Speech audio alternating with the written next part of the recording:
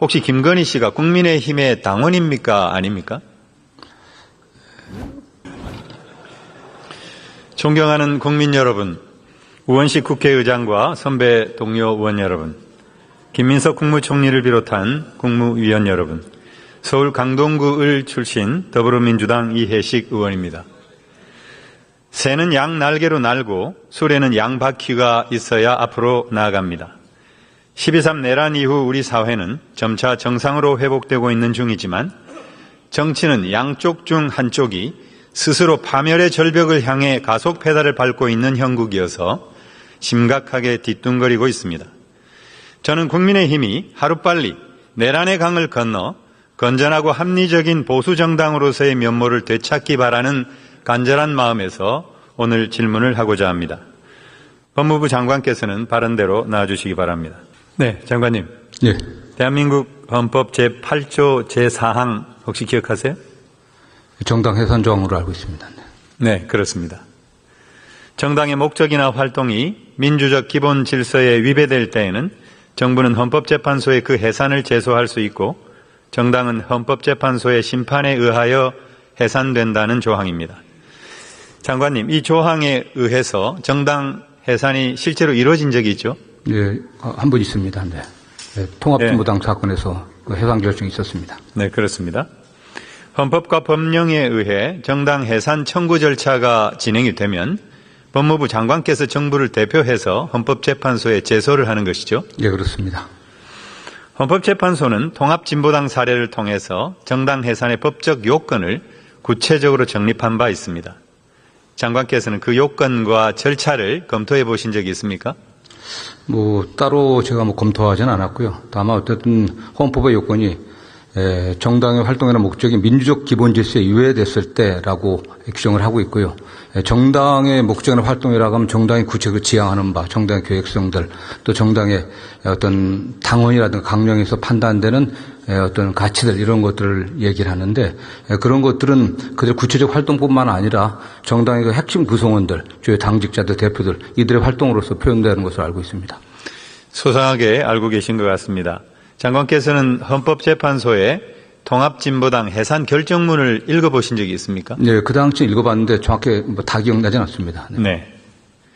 2014년 헌법재판소는 통합진보당 해산 결정을 통해 정당 해산의 사유를 크게 4가지의 주제로 정리했습니다. 첫 번째, 정당의 목적이나 활동의 의미. 두 번째, 민주적 기본 질서의 의미. 세 번째, 민주적 기본 질서에 위배될 때의 의미. 네 번째, 비례 원칙의 준수 등입니다. 이와 관련해서 좀 더 구체적으로 보면 먼저 정당의 목적과 활동에 대해서입니다.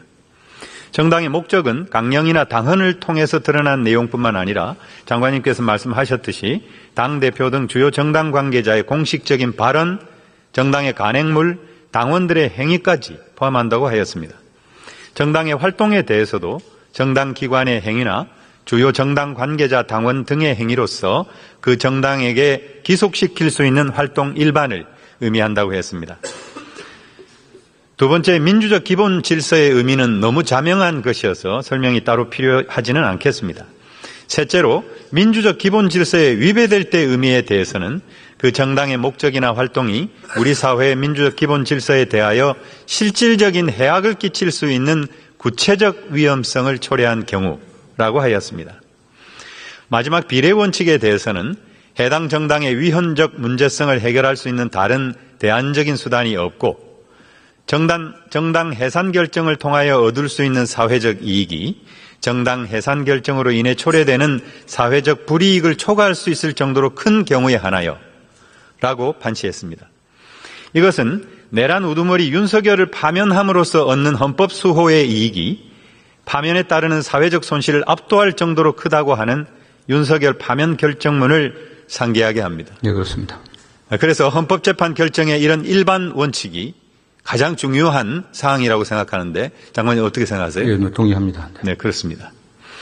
그렇다면 국민의힘을 해산함으로써 얻는 헌법질서 보호의 이익이 국민의힘의 해산으로 인해 초래되는 사회적 손실을 초과하는지를 알아야 그래야 실제로 국민의힘을 해산할 수 있는지 우리는 알게 되는 것이죠. 최종적으로 이제 헌법재판소에서 판결할 때는 그러한 기준에 의해서 판단할 것으로 보고 있습니다. 네. 그래서 이와 관련해서 보도록 하겠습니다. 먼저 국민의힘 1호 당원으로서 당대표보다도 권한과 영향력이 컸던 윤석열은 위헌적 불법적 비상계엄을 선포하여 민주적 기본 질서를 명백히 위배했고 실질적 해악과 구체적 위험을 초래한 바 있습니다. 그렇지 않습니까, 장관님? 예, 그건 헌법재판소의 판결에 의해서 명백합니다. 네. 국회에서의 계엄 해제 의결에 대해서는 국민의힘 추경호 의원 등 원내대표단이 조직적으로 방해한 것으로 추정이 되고 이로 인해 국민의힘 국회의원 83%인 89명이 표결에 불참하여 사실상 계엄을 옹호, 방치하는 실질적 해악과 구체적 위험을 초래했습니다. 이것도 동의하시죠? 현재 내란 특검에서 수사 중인 상황이기 때문에 정확한 사실관계를 제가 특정해서 말씀드리긴 어렵다고 보고 있습니다. 네. 알겠습니다. 대통령 탄핵에 대해 국민의힘은 1차 표결에서는 의원총회를 통해 불참을 당론으로 의결하여 표결을 불성립시켰습니다. 2차 표결에서는 반대를 당론으로 의결해서 국민의힘 국회의원 79%인 85명이 반대 표결을 했습니다. 계엄을 실행한 대통령을 옹호, 방탄하는 민주적 기본 질서에 반하는 국민 배신 행위를 저질렀다. 저는 이렇게 판단합니다. 또한 신천지, 통일교 신도들의 대규모 입당을 실행했고 이에 의해 대통령 후보와 주요 당직자들이 선출됐다는 증거들이 각종 수사와 보도를 통해서 속속 밝혀지고 있습니다. 이 내용은 장관님 아시죠? 네, 이런 내용들이 언론 보도를 통해서 저희가 듣고는 있지만 내란 특검에서 좀 수사 중이기 때문에 추후에 사실관계가 좀 밝혀져야 될 것으로 보고 있습니다. 네.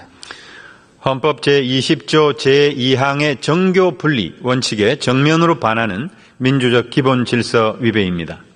또한 명태균 등에 의한 허위 조작 여론조사와 윤석열, 김건희의 불법적 당무 개입에 의해 당직자와 선출직 공직자 선출과 관련한 정당의 민주적 의사결정 기능이 심각하게 마비되고 훼손된 것으로 보여서 정당 해산 결정 이외에 위헌성을 해결할 수 있는 대안적 수단이 없어 보입니다. 이 문제에 대해서도 같은 답변을 하시겠죠, 장관님? 예, 제가 지금 확정적으로 답변할 수 없는 상황 같습니다. 네. 다음으로 국민의힘 주요 인사들의 내란 옹호 행위는 일일이 열거하기가 힘들 정도로 차고도 넘칩니다. 몇 가지만 살펴보겠습니다. 당 대표로 출마하거나 당선된 인사들이 극우 유튜버들 앞에서 윤석열 면회와 석방 등 윤 어게인을 약속하고 있습니다. 국민의힘 제6차 전당대회에서 선출된 김민수 최고위원은 종교계 극우 집회에 참석해 윤 어게인을 주장하고 내란 동조적 발언을 하고 있는 장면입니다. 국민의힘 송은석 원내대표는 정청래 대표의 교섭단체 대표 연설 중 계엄이 성공했을 경우 벌어졌을 살상 행위로 불기의 객이 되었을 것이라는 발언에 제발 그리 되었으면 좋았을 걸이라는 폐륜적 망언을 하였고 김재원 최고위원은 의도적으로 망언에 망언을 더하였는데 결국 두 사람 다 내란에 동조하는 속내를 드러낸 것입니다. 이렇게 국민의힘이 정당으로서의 도덕적 파탄 상태를 넘는 민주적 기본 질서를 해하는 위헌적 활동이 계속되는 한 정당 해산 이외에 대체 가능한 수단을 찾기는 힘들 것이라고 생각이 됩니다. 장관님 어떻게 생각하세요? 네, 이 문제에 관련해서는 법무장관이 지금 이렇게 발언은 적절치 않아 보입니다. 네. 장관님께서 아실지 모르겠습니다만은 혹시 김건희 씨가 국민의힘의 당원입니까? 아닙니까? 그건 제가 정확히 모르겠습니다. 네.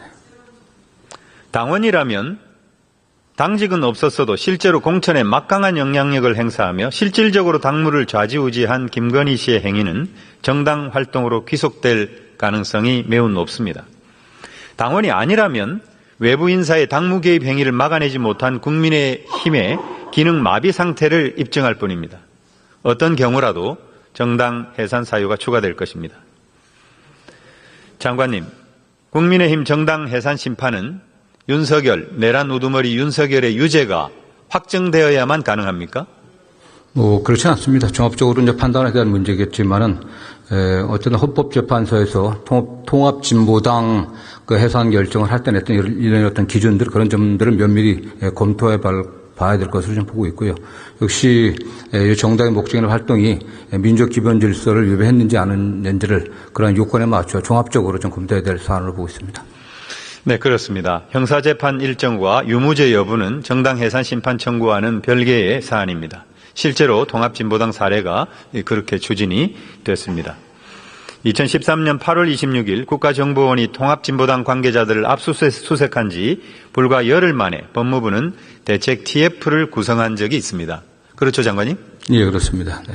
이석기 씨에 대한 1심 유죄 확정 3개월 전에 국무회의에서 정당 해산 심판 청구를 의결했고 1심 유죄 선고 3주 전에 헌재에서 공개 변론이 시작됐습니다. 그리고 대법원의 유죄 확정 1개월 전인 2014년 12월 19일 헌법재판소는 통합진보당의 해산 결정을 했습니다. 맞습니까? 예, 그렇습니다. 네. 현재 여론조사에 따르면 국민의 절반 이상이 국민의힘 해산 필요성에 찬성하고 있습니다. 장관님, 이 내용 알고 계세요? 네, 언론 보도를 통해 들었습니다. 국민의힘 지도부의 극우적 행보로 볼 때 찬성 여론은 점점 높아질 것으로 예상이 됩니다. 법무부는 정당 해산 심판 청구의 주무부처로서 정부를 대표해야 하는데 장관께서는 이에 대한 대책 마련을 위해서 법무부 내에 TF를 구성할 생각은 없습니까? 네, 현 단계에서 답변 드리기는 적절치 않아 보이고요. 다만 정당 해산 청구 제도라고 하는 게 민주적 헌법 질서를 수호하는 최후의 수단이기 때문에 좀 신중하게, 좀 엄격하게 좀 고려돼야 된다고 생각하고 있고, 추후에 여러 가지 사건들이 좀 종료된다고 하면 종합적으로 좀 판단해 보겠습니다. 네. 네, 윤석열에 의해 저질러진 내란은 너무나도 명백하고 내란에 동조해온 국민의힘 상당수 의원들과 당직자와 당원들의 존재도 분명합니다. 국민의힘은 아직도 윤 어게인을 외치며 내란 우두머리의 귀환을 획책하는 국민의힘 내의 내란 잔존 세력을 스스로 뿌리 뽑지 않으면 안 됩니다. 뼈를 깎는 참회와 반성, 공식적인 대국민 사과, 윤석열을 비롯한 내란 세력과의 철저한 절연, 건전한 보수로서의 자기 혁신과 개과천선, 환골 탈퇴에 나서지 않는 한 국민의힘의 미래는 없다고 생각합니다. 장관님 동의하시죠? 네, 그거는 장관이 답변할 사안은 아닌 것 같습니다. 네. 그렇지 않다면 국민의힘 해산으로 얻어지는 헌법 수호의 이익이 해산에 따른 사회적 손실을 압도하고도 남는 정당 해산의 길로 귀결되고 말 것입니다. 부디 국민의힘이 윤석열, 정광훈, 전한길, 소년보 등 사이비 2단 극우 세력뿐 아니라 아직도 국민의힘 내에 존재하는 내란 잔당과 확실하게 선을 긋고 하루빨리 내란의 강을 건너 합리적 보수로 회복되기를 염원하는 바입니다. 장관님 들어가셔도 좋겠습니다. 윤호중 장관님 앞으로 나와주시기 바랍니다. 네, 장관님 수고 많으십니다. 네. 12.3 내란에 가담한 혐의로 입건된 경찰관이 모두 몇 명인지 아십니까? 네, 몇 명인지는 정확히 알고 있지 못합니다만 언론 보도를 통해서는 일부 보도는 60명 가까이 된다 이렇게 보도가 된 것으로 알고 있습니다. 네, 그렇습니다.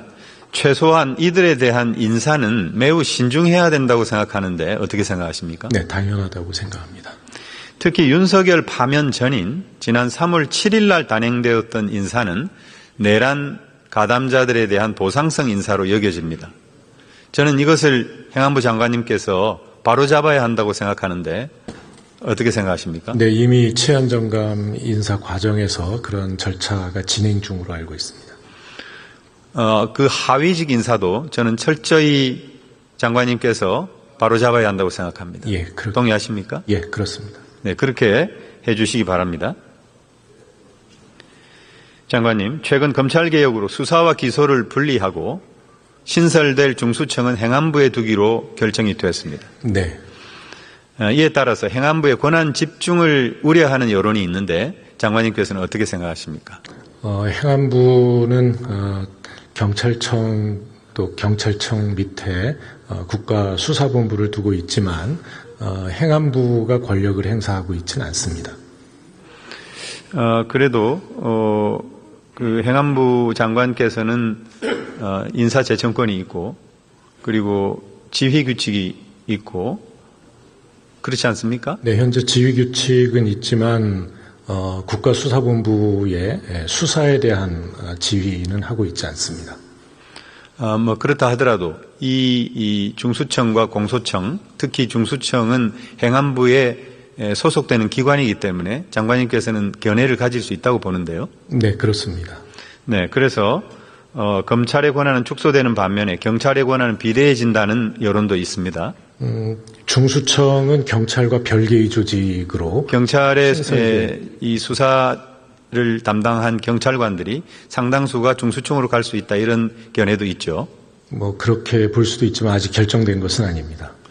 네, 어떻든 이 경찰이 이 수사 이 개시권 그리고 수사 종결권까지 주어져서 경찰에 대한 민주적 통제가 필요하다라고 하는 것은 아주 이 여론이 확정된 여론이라고 생각이 됩니다. 네, 그와 같은 부분에 대해서는 국무총리실에 설치될 검찰개혁 추진단에서 앞으로 1년간 세밀하게 논의가 되고 공론화 과정을 거쳐서 확정될 것으로 알고 있습니다. 네, 좋습니다. 이 경찰의 민주적 통제 방안과 관련해서 그 한 가지로 자치경찰제에 대한 여론도 있습니다.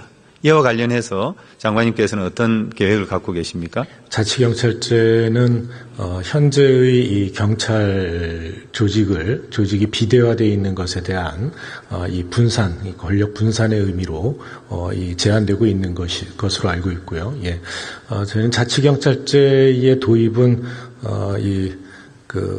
국민 주권 정부가 보다 더 국민의 안전을 지켜나가기 위해서 공약으로 내놓고 또 국정 과제로 제시하고 있는 것으로 알고 있습니다. 국정기획위원회에서 국정 과제로 제시를 했죠. 네네. 면밀히 살펴서 로드맵 같은 것을 충실히 만들어 주시기 바랍니다. 네, 잘 알겠습니다. 네, 들어가셔도 좋겠습니다. 예. 내란 청사는 시대 정신입니다. 내란 청사는 밥이요 경제입니다. 내란 청사는 여야의 문제도 아닙니다. 오히려 국민의힘이 더 앞장서야 할 문제입니다. 내란 청산을 통해 진짜 대한민국, 국민주권 대한민국으로 나아갑시다. 경청해 주셔서 감사합니다.